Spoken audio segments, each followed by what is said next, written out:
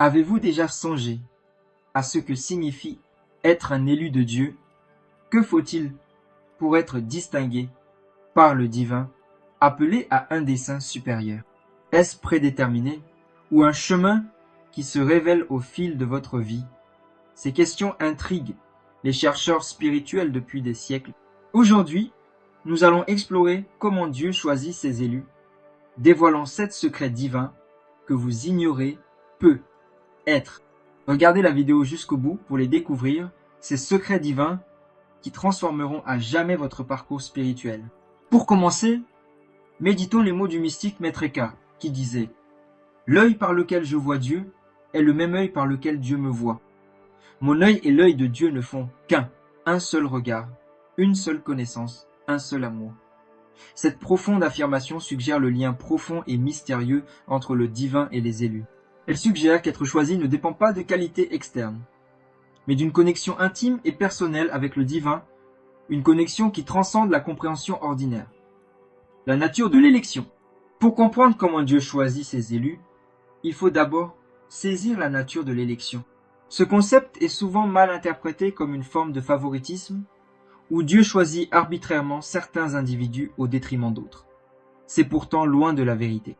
Être choisi par Dieu n'est pas une question de favoritisme, mais d'alignement, d'état de réceptivité où l'âme est en accord avec la volonté et le dessein divin. Cet alignement ne peut être ni forcé ni fabriqué. C'est une résonance naturelle entre l'âme et le divin, une connexion existant à un niveau spirituel profond. Lorsque cet alignement se produit, l'individu devient un réceptacle de grâce, de sagesse et d'amour divin. Il est choisi non parce qu'il est meilleur que les autres, mais parce qu'il est singulièrement apte à accomplir un dessein divin spécifique. Cela nous amène au premier secret divin. Premier secret, l'appel du cœur. Le premier secret de la façon dont Dieu choisit les élus réside dans l'appel du cœur. Ce n'est pas une voix forte et tonitruante venant des cieux, mais un murmure intérieur subtil qui attire l'individu vers un but supérieur. C'est un discret chuchotement au plus profond de l'âme, un sentiment indéniable qu'il y a plus dans la vie que ce qui se voit. Cet appel survient souvent à l'improviste, dans un moment de grande joie ou au milieu d'une profonde souffrance. Il peut se manifester par un sentiment de nostalgie, un désir profond de se connecter à quelque chose de plus grand que soi. Pour certains, il peut apparaître comme une curiosité insatiable envers les mystères de la vie et de l'univers. Pour d'autres, il peut s'agir de la prise de conscience soudaine, que leur voie actuelle ne les épanouit pas, les incitant à chercher un sens plus profond. Ce qui rend cet appel unique, c'est qu'il résonne profondément dans le cœur.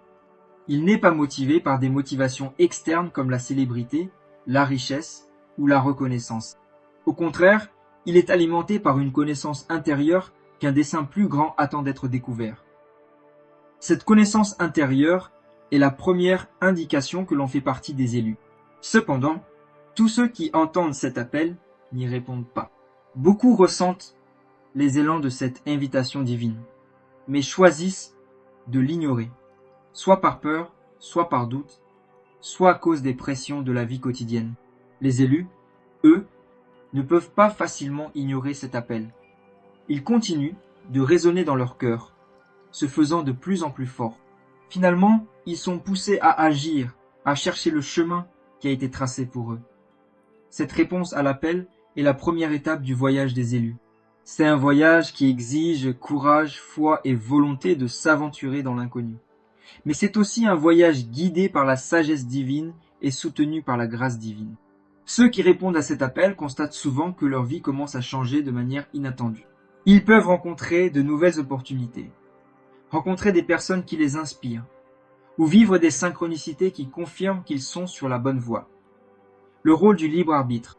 Il est important de noter que l'appel du cœur respecte le libre arbitre de l'individu. Dieu ne force personne à accepter le rôle d'élu. Au contraire, l'appel est une invitation, une douce incitation, qui encourage l'individu à explorer les possibilités de son parcours spirituel. La décision d'accepter cet appel appartient entièrement à l'individu. C'est un choix qui doit être fait librement, sans contrainte ni pression. Ceux qui choisissent de suivre l'appel le font souvent par un profond sentiment d'amour et de dévotion. Ils sont attirés par le divin, non parce qu'ils cherchent des récompenses ou une reconnaissance, mais parce qu'ils ressentent un attrait irrésistible vers quelque chose de plus grand qu'eux. Ce choix de suivre l'appel témoigne de la force et de la pureté de leur âme, et c'est ce choix qui les distingue comme étant l'un des élus, la guidance divine tout au long du chemin. Une fois l'appel du cœur accepté, le voyage de l'élu commence véritablement. Ce voyage n'est pas toujours facile. Il est souvent parsemé de défis, d'épreuves et d'obstacles à surmonter. Cependant, ceux qui sont choisis ne sont jamais laissés seuls pour parcourir ce chemin. Ils sont guidés par une puissance supérieure, une puissance qui offre sagesse, soutien et protection tout au long du chemin. Cette guidance peut prendre de nombreuses formes. Elle peut se manifester par des intuitions, des rêves ou des visions qui offrent orientation et clarté. Elle peut venir des paroles d'un mentor, d'un maître spirituel ou même d'un étranger qui offre des conseils inattendus. Elle peut se manifester par un profond sentiment de paix et d'assurance que l'on est sur la bonne voie, même lorsque la voie à suivre semble incertaine. La clé pour recevoir cette guidance est de rester ouvert et réceptif au divin. Les élus doivent cultiver une connexion profonde avec leur moi intérieur, faisant confiance à leur intuition et aux subtiles incitations du divin. Cela exige une discipline spirituelle, incluant des pratiques telles que la prière, la méditation et la contemplation, qui aident à apaiser l'esprit et à ouvrir le cœur à la sagesse divine. Au fur et à mesure que les élus progressent dans leur voyage, ils commencent à reconnaître plus facilement les signes de la guidance divine. Ils apprennent à faire confiance au processus, même lorsqu'il n'a pas de sens d'un point de vue logique. Ils comprennent qu'ils sont guidés par une force qui voit une image plus grande, une force qui sait ce qui est le mieux pour eux et pour le bien commun. Deuxième secret divin, le processus de purification. Le deuxième secret divin de la façon dont Dieu choisit les élus est le processus de purification. Ce processus est l'un des aspects les plus cruciaux de l'élection, mais il est souvent mal compris ou négligé. La purification ne se limite pas à un nettoyage moral ou éthique. C'est un profond raffinement spirituel qui prépare l'âme à sa mission divine. Lorsqu'un individu répond à l'appel du cœur, il s'embarque dans un voyage qui l'oblige à se débarrasser des couches d'ego, de peur et d'attachement qui se sont accumulées au fil du temps. Ces couches sont comme des nuages qui obscurcissent la véritable lumière de l'âme, l'empêchant de briller pleinement. Le processus de purification est conçu pour dissiper ces nuages, permettant à l'élu de refléter la lumière divine avec clarté et pureté. Ce processus peut être intense et difficile. Il implique souvent de faire face à ses peurs les plus profondes, à ses insécurités et à ses traumatismes non résolus. Les élus peuvent traverser des périodes de profonde introspection où ils doivent affronter les ombres qui sont en eux. Ces ombres peuvent inclure des schémas de pensée négatifs, des croyances limitantes ou des blessures émotionnelles qui ont été enfouies pendant des années. La purification n'est pas quelque chose qui se produit du jour au lendemain. C'est un processus graduel qui se déroule au fil du temps, à mesure que l'élu prend davantage conscience de son monde intérieur et s'engage davantage dans son cheminement spirituel. Au cours de ce processus, il peut ressentir des moments d'inconfort, de confusion, voire de désespoir. Cependant, ces moments sont essentiels à sa croissance, car ils contribuent à faire remonter à la surface des aspects cachés de son être, là où ils peuvent être guéris et transformés. L'un des aspects clés du processus de purification est la pratique du lâcher-prise. Les élus doivent apprendre à se débarrasser de ce qui ne leur sert plus, qu'il s'agisse de vieilles habitudes, de relations toxiques ou de croyances limitantes. Ce lâcher-prise n'est pas une tâche facile. Il exige beaucoup de courage et de confiance. Cependant, c'est une étape nécessaire sur le chemin de la libération spirituelle. Au fur et à mesure que les élus se purifient, ils commencent à ressentir un plus grand sentiment de clarté, de paix et d'alignement avec le divin. Ils deviennent plus à l'écoute de leur guidance intérieure et plus aptes à discerner la voix du divin du bruit de l'ego. Cette purification leur permet d'assumer leur rôle d'élu avec confiance et authenticité, le rôle des épreuves et des défis dans la purification. Le processus de purification est souvent facilité par les épreuves et les défis. Ces défis ne sont pas destinés à punir les élus, mais à les aider à grandir et à évoluer. Chaque défi sert de miroir. leur renvoyant les domaines où ils doivent guérir, se renforcer ou lâcher prise. Par exemple, un élu pourrait être confronté à une relation difficile qui déclenche des sentiments d'indignité ou de peur de l'abandon. Ce défi est une occasion pour lui d'aborder ses sentiments, de guérir les blessures qui se trouvent en dessous et d'en ressortir plus fort et plus conscient de lui-même. De même, il pourrait rencontrer des difficultés financières qui l'obligent à affronter ses peurs liées à la sécurité et à l'abondance, l'amenant à développer une confiance plus profonde dans la provision divine. Ces épreuves ne sont pas faciles, mais elles sont essentielles au processus de purification. Elles contribuent à éliminer les couches d'illusion et d'attachement, permettant aux élus de se connecter plus profondément avec leur vrai moi et avec le divin. Grâce à ces défis, ils apprennent à s'appuyer sur leur force intérieure et à cultiver les vertus de la patience, de l'humilité et de la persévérance. Troisième secret divin, l'éveil des dons spirituels.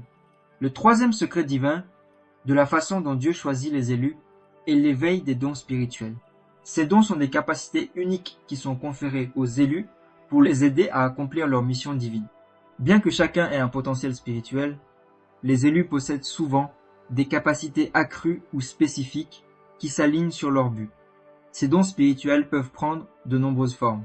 Certains élus peuvent avoir le don de la guérison, la capacité de canaliser l'énergie divine pour apporter une guérison physique, émotionnelle ou spirituelle chez les autres. D'autres peuvent avoir le don de la prophétie, la capacité de recevoir des visions ou des intuitions sur des événements futurs, guidant les autres avec la sagesse divine. D'autres encore peuvent posséder le don du discernement, la capacité de percevoir la vraie nature des situations ou des personnes, voyant au-delà de la surface jusqu'à la réalité spirituelle sous-jacente. L'éveil de ces dons est souvent étroitement lié au processus de purification. Au fur et à mesure que les élus se débarrassent des couches d'ego et d'attachement, leurs dons spirituels commencent à émerger plus pleinement. Ces dons ne sont pas nouveaux.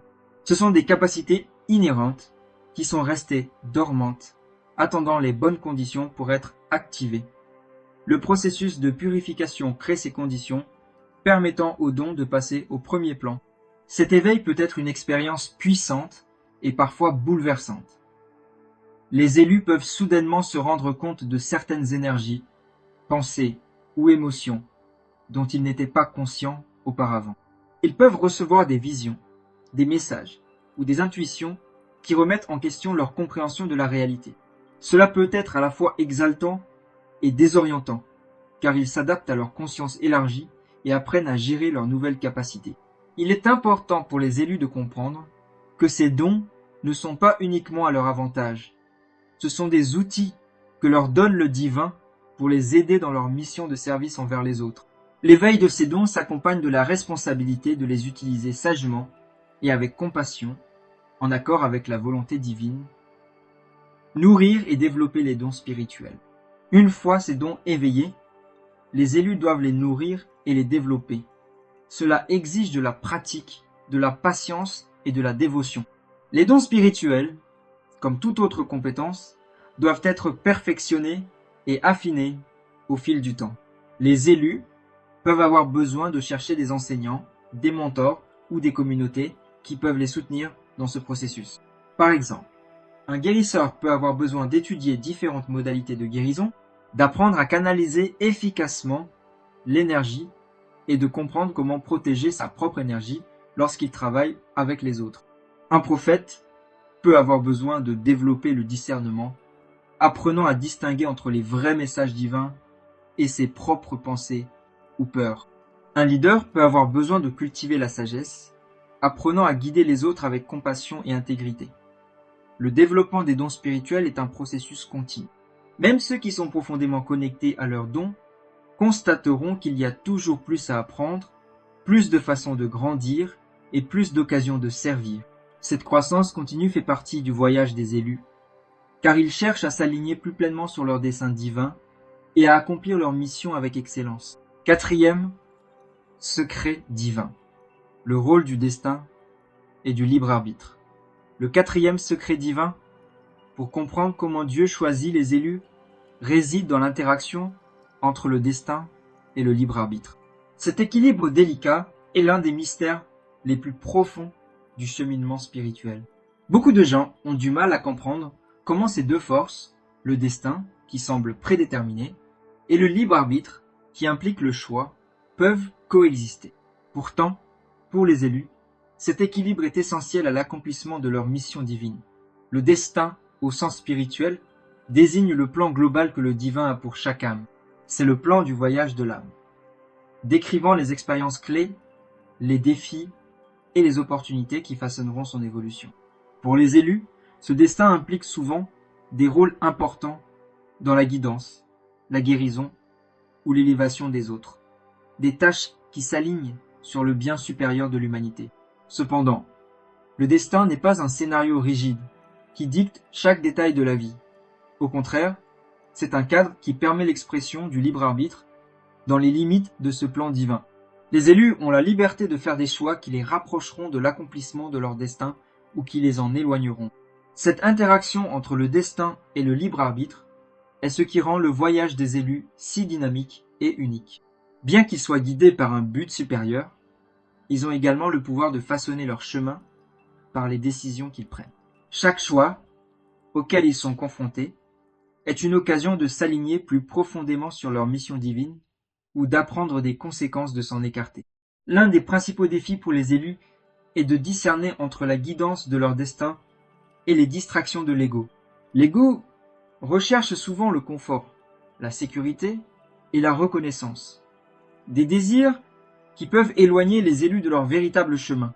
En revanche, l'appel du destin exige souvent le sacrifice, le courage et la foi, des qualités auxquelles l'ego peut résister.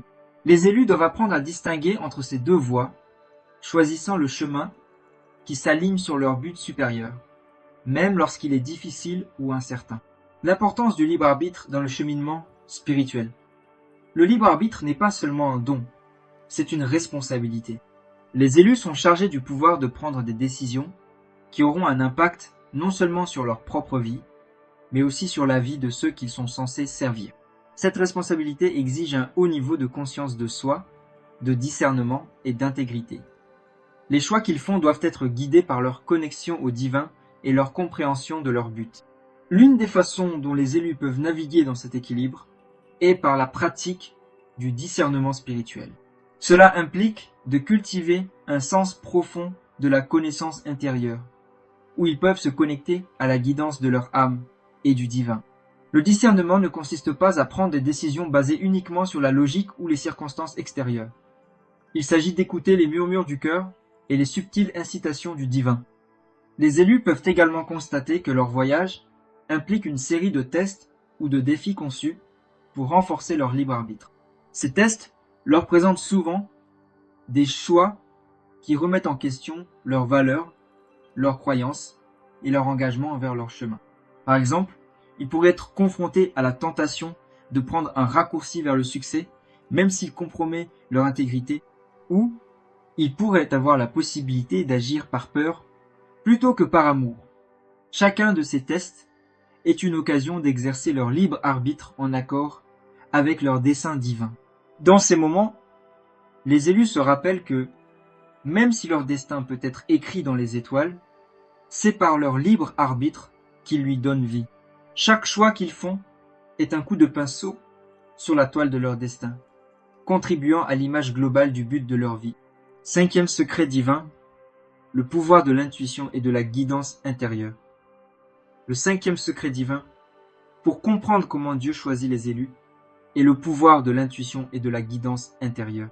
L'intuition est souvent décrite comme la voix de l'âme, une ligne de communication directe entre les élus et le divin. C'est par l'intuition qu'ils reçoivent des intuitions, des avertissements et des guidances qui les aident à naviguer sur leur chemin. Pour les élus, l'intuition n'est pas seulement un outil utile, c'est un aspect essentiel de leur cheminement spirituel. Elle leur permet d'accéder à des informations et à une compréhension qui dépasse les limitations de l'esprit rationnel. Cette guidance intérieure les aide à voir au-delà de la surface des situations, à percevoir les vérités spirituelles les plus profondes et à prendre des décisions qui s'alignent sur leur but supérieur. L'intuition peut se manifester de nombreuses façons, par des intuitions viscérales, des éclairs de perspicacité, des rêves ou même des synchronicités qui semblent trop significatives pour être de simples coïncidences. Les élus constatent souvent que leur intuition devient plus forte et plus fiable au fur et à mesure qu'ils progressent sur leur chemin spirituel. C'est parce qu'ils s'accordent constamment à la fréquence du divin, éliminant le bruit de l'ego et devenant plus réceptifs aux énergies subtiles. L'une des leçons clés pour les élus est d'apprendre à faire confiance à leur intuition. Dans un monde qui valorise souvent la logique et la validation externe, il peut être difficile de s'appuyer sur quelque chose d'aussi intangible que la guidance intérieure. Cependant, l'intuition est un don du divin, une forme de communication qui transcende les limitations du monde physique. Les élus doivent apprendre à honorer ce don, à écouter leur voix intérieure et à agir selon sa guidance, même lorsqu'elle va à l'encontre de la sagesse conventionnelle. Cultiver et faire confiance à l'intuition. Cultiver l'intuition exige de la pratique et de la patience. Les élus peuvent renforcer leur capacité intuitive grâce à diverses pratiques spirituelles telles que la méditation, la prière et la pleine conscience. Ces pratiques aident à apaiser l'esprit, permettant à la voix subtile de l'intuition de se faire entendre plus clairement. Elles contribuent également à établir une connexion plus profonde avec le divin, qui est la source de toute guidance véritable. Un autre aspect important de la culture de l'intuition est d'apprendre à la distinguer de la voix de l'ego. L'ego parle souvent fort, poussé par la peur, le désir ou l'insécurité. En revanche, l'intuition est douce et calme, venant d'un lieu de paix intérieure et de sagesse. Les élus doivent apprendre à reconnaître la différence entre ces deux voix, faisant confiance à leur intuition même lorsque l'ego essaie de les convaincre du contraire. Au fur et à mesure que les élus apprennent à faire confiance à leur intuition, ils commencent à voir comment elle les guide vers leur dessein divin. Ils peuvent constater qu'ils sont conduits vers les bonnes personnes, les bons lieux et les bonnes opportunités au moment opportun. Ils peuvent également constater que leur intuition les aide à éviter les pièges ou les défis qui pourraient faire dérailler leur progrès. Cette guidance intérieure est un allié puissant sur leur chemin, les aidant à rester alignés sur leur destin et à accomplir leur mission avec grâce et confiance. En plus de guider leur cheminement personnel, l'intuition des élus sert souvent un but plus grand. Leur intuition et leur compréhension peuvent être utilisées pour aider les autres, que ce soit en offrant des conseils, en partageant la sagesse ou simplement en étant une source de lumière dans la vie de ceux qui les entourent. En faisant confiance à leur intuition et en agissant en conséquence, les élus remplissent leur rôle de canaux de sagesse divine, apportant clarté et vérité au monde. 6e secret divin, le pouvoir du service et de l'altruisme. Le 6e secret divin pour comprendre comment Dieu choisit les élus est le pouvoir transformateur du service et de l'altruisme. Alors que les dons spirituels, la guidance intérieure et l'alignement avec la volonté divine sont tous des aspects essentiels du voyage de l'élu, leur véritable but réside souvent dans la façon dont ils utilisent ces dons au profit des autres. Le service, par conséquent, n'est pas seulement une action qu'ils accomplissent, c'est un principe central de leur mission spirituelle. Le service, dans le contexte de l'élection, est profondément lié à l'idée d'altruisme. Il s'agit de mettre de côté ses désirs personnels, ses ambitions et même ses besoins afin d'accomplir un but plus grand. Cela ne signifie pas se négliger, mais plutôt comprendre que l'épanouissement véritable vient de la contribution au bien-être des autres. Les élus reconnaissent que leurs dons spirituels ne sont pas pour leur propre glorification, mais pour l'élévation de l'humanité et du monde. Cet altruisme n'est pas simplement une question de charité ou de bonnes actions, c'est un état d'être où les élus vivent dans une conscience constante de leur rôle d'instrument de la volonté divine. Ils comprennent que leurs actions, aussi petites soient-elles, ont le potentiel d'avoir un impact significatif sur la conscience collective. Que ce soit par des actes de gentillesse, en partageant la sagesse, ou simplement en incarnant l'amour et la compassion dans leur vie quotidienne, les élus s'engagent à servir le bien supérieur. L'une des façons les plus profondes dont les élus servent est d'être présents. La présence est un outil puissant de service. Elle leur permet de tenir un espace pour les autres, d'écouter profondément et d'offrir un soutien sans jugement ni attachement. Ce genre de présence peut être guérisseur en soi, car ils permettent à ceux qu'ils rencontrent de se sentir vus, entendus et valorisés. Les élus utilisent leur présence pour créer des environnements de paix et d'amour, qu'ils soient dans une position de leadership, un rôle de guérison, ou simplement en interagissant avec les autres dans leur communauté. Les récompenses spirituelles du service. Le service n'est pas seulement un moyen pour les élus d'accomplir leur mission, c'est aussi une voie spirituelle profonde. Par le service, ils ressentent la joie de donner, l'alignement avec leur but et la satisfaction d'aider à quelque chose de plus grand. Ces faveurs sont immatérielles. Paix intérieure, lien au divin et impact positif sur le monde. Le service purifie l'âme. Axé sur autrui, il lâche prise sur l'ego. L'altruisme mène à humilité, compassion et amour, essentiels à leur évolution. Ainsi, le service accomplit leur mission divine et illumine leur chemin. Il renforce leur lien au divin. En donnant, il s'ouvre à l'amour et la grâce. Ce flux est réciproque, spirituellement abondant, se reflétant dans leur but, joie et relation au divin. Le 7e secret divin est le mystère du timing divin. Bien qu'ils veuillent accomplir leur mission, ils doivent faire confiance au timing divin qui dépasse l'entendement humain et s'accorder au plan global. Le timing divin exige patience et foi. Ils doivent lâcher prise et accepter le cours de la vie. L'attente les prépare aux tâches, les affine, leur permettant d'acquérir compétences et sagesse. Cette gestation précède l'éclosion de leur but. Le timing divin synchronise les besoins du monde et des gens. Leurs actions, idées et dons sont requis à des moments précis pour un impact maximal.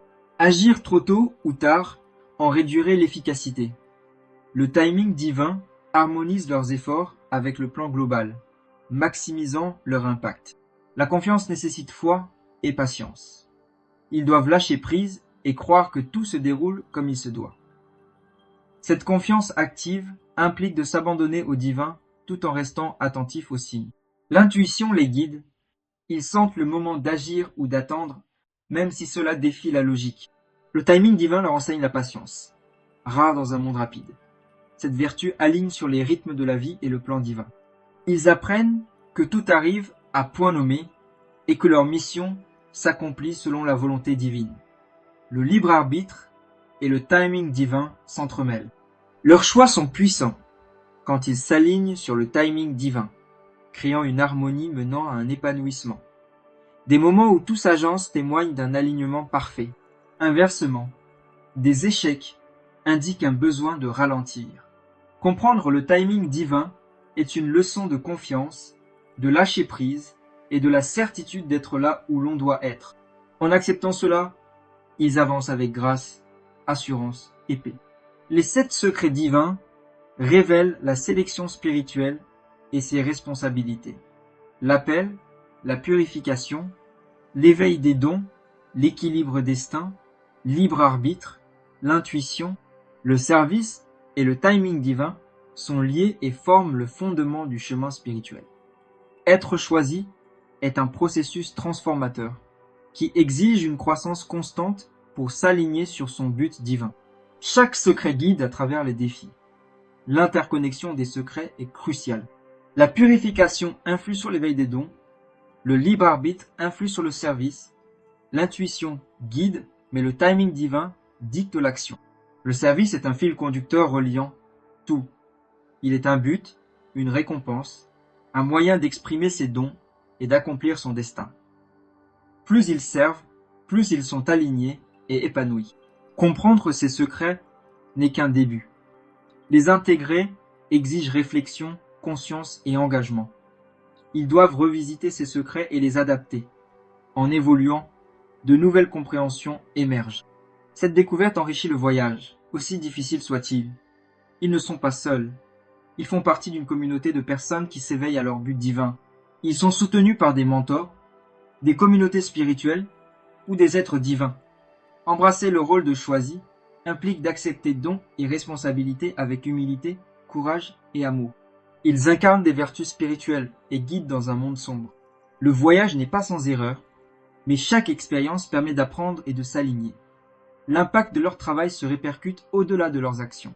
En s'alignant sur la volonté divine et en servant, Ils contribuent à l'éveil collectif, incitant d'autres à entamer leur propre cheminement spirituel. Leurs actions et idées inspirent et créent une vague de transformation. Ce n'est pas qu'une question de succès personnel, mais de contribuer à un mouvement d'évolution spirituelle. Chaque acte de bonté contribue à un héritage d'amour. Le but ultime est l'union avec le divin, une connexion constante qui infuse chaque pensée de sagesse. Cette union est une destination et un chemin, un épanouissement constant. Elle apporte la paix et la certitude que tout est à sa place. Ils font partie du plan divin. En conclusion, ce chemin est profond et exigeant. Ils doivent vivre au service des autres, s'aligner sur la volonté divine et accepter les mystères du timing et de l'intuition. Ce chemin est réservé à ceux qui sont prêts à s'engager dans leur croissance spirituelle. Il offre les plus grandes récompenses. Ils sont les porteurs de lumière d'une nouvelle ère. Rappelez-vous que le divin vous guide à chaque pas. Accueillez votre rôle avec humilité. Votre travail a un impact profond sur le monde.